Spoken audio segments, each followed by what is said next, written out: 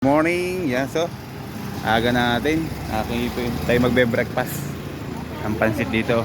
Nandito tayo sa may simbahan. Ayan. Ang aga, pinuntahan ako ng pinsang ko So kakain kami ng pansit. Ayan, tulog pa ako, tawag.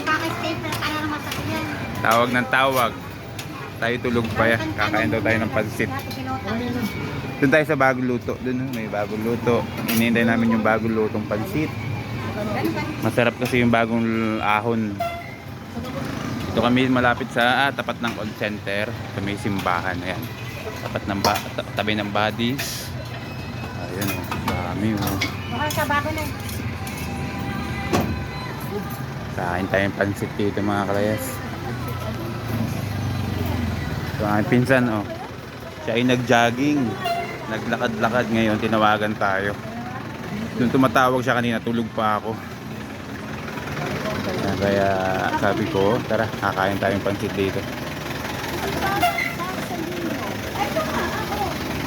Luto na, pansit. Sarap. Tatlo ng amin. Anak, gusto mo rin pansit? Sarap, gusto din. May mga puto-puto. Baka gusto mo. Kami po lamon.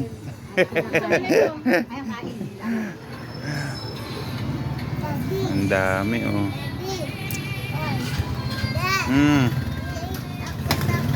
Opo. May hilig ka sa pansit. Nasa ba sila? Ay, may kakain ng pansit. Hindi nga daw siya makalabas.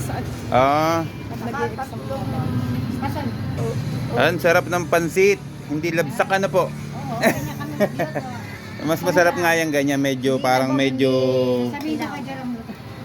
hindi labsak ang pansit din Isa pa po. Sarap naman pansit yan. Bagong luto ang pansit nila, hindi labsak.